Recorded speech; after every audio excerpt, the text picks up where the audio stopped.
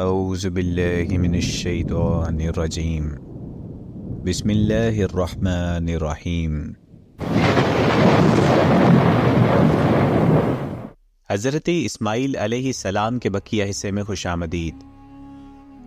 حضرت ابراہیم علیہ السلام نے سیدہ ہاجرہ اور ننھے اسماعیل کو اس سنسان وادی میں چھوڑا تو وہ بے یار و مددگار تھے۔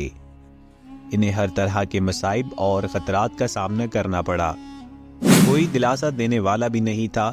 اس وقت حضرت ہاجرہ کو بشارت ہوئی، نہ خوف کرو نہ غم کھاؤ، اللہ نہ تمہیں ضائع کرے گا اور نہ بچے کو۔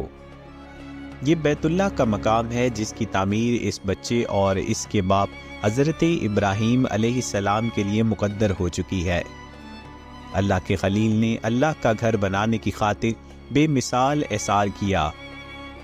اللہ کے گھرانے کے دو افراد نے طرح طرح کے مصائب جھیلے۔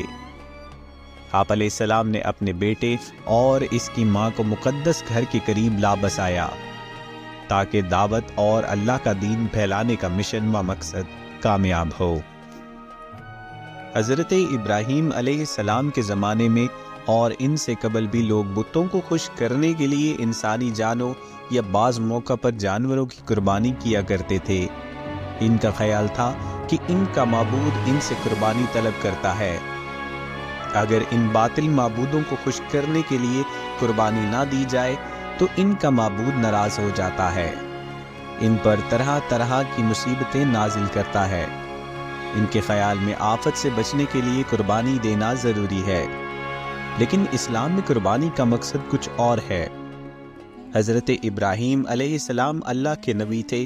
انہوں نے ایک رات خواب میں دیکھا کہ وہ اپنے اکلوتے بیٹے اسماعیل علیہ السلام جو کہ ان کے بڑھاپے کا سہارا بننے والے ہیں، اپنے ہاتھ سے ذبح کر رہے ہیں۔ قرآن مجید میں اس کا اس طرح سے ذکر کیا گیا ہے، پھر جب وہ لڑکا یعنی اسماعیل علیہ السلام دوڑ دھوپ کرنے کی عمر میں پہنچ گیا تو ایک روز ابراہیم علیہ السلام نے کہا، بیٹا میں خواب میں دیکھتا ہوں کہ میں تجھے ذبح کر رہا ہوں، اب تو بتا تیرا کیا خیال ہے؟ اس نے کہا، ابا جان جو کچھ آپ کو حکم دیا جا رہا ہے اسے کر ڈالیے، آپ انشاءاللہ مجھے صبر کرنے والوں میں پائیں گے۔ آخر جب ان دونوں نے سر تسلیم خم کر دیا اور حضرت ابراہیم علیہ السلام نے بیٹے کو ماتھے کے بل گرا دیا تو ہم نے اس کو ندا دی، اے ابراہیم تو نے خواب سچا کر دکھایا، ہم نیکی کرنے والوں کو ایسی ہی جزا دیتے ہیں۔ یقیناً یہ ایک کھلی آزمائش تھی اور ہم نے ایک بڑی قربانی فدیہ میں دے کر اس بچے کو چھڑا لیا اور اس کی تعریف ہمیشہ کے لیے بعد کی نسلوں میں چھوڑ دی۔ ہم نیکی کرنے والوں کو ایسی ہی جزا دیتے ہیں، یقیناً وہ ہمارے مومن بندوں میں سے تھے۔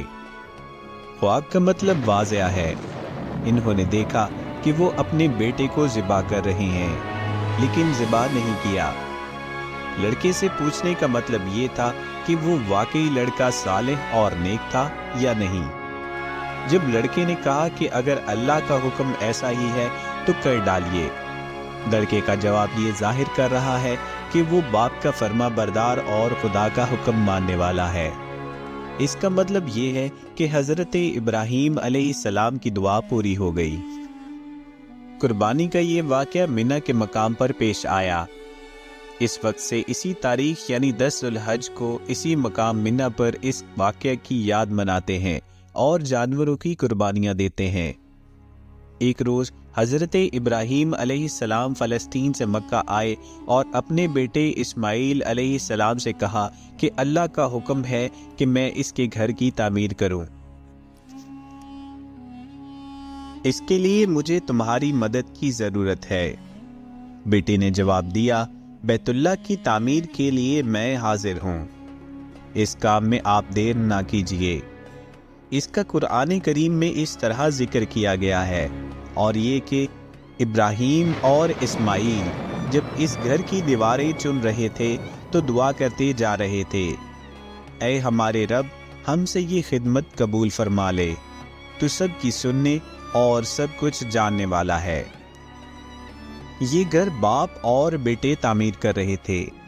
یہ گھر صرف عبادت کے لیے ہی نہیں تھا بلکہ تمام دنیا کے مسلمانوں کے لیے میل ملاقات کی جگہ تھی، تاکہ یہاں بھائی چارے کا منظر نظر آئے، سب آپس میں ایک دوسرے سے ملے۔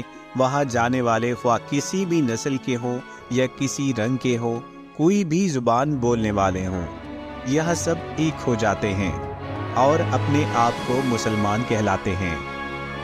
قرآن کریم میں مختلف مقامات پر مختلف انداز میں اللہ تعالیٰ نے فرمایا ہے، ابراہیم کے لیے اس کے گھر کی جگہ مقرر کی اور ہدایت کی کہ میرے ساتھ کسی کو شریک نہ کرنا، اور میرے گھر کو طواف کرنے والوں اور قیام کرنے والوں، رکوع اور سجدہ کرنے والوں کے لیے صاف رکھنا۔ یقیناً پہلا گھر جو لوگوں کے لیے مقرر کیا گیا ہے وہی تھا جو مکہ میں تعمیر ہوا۔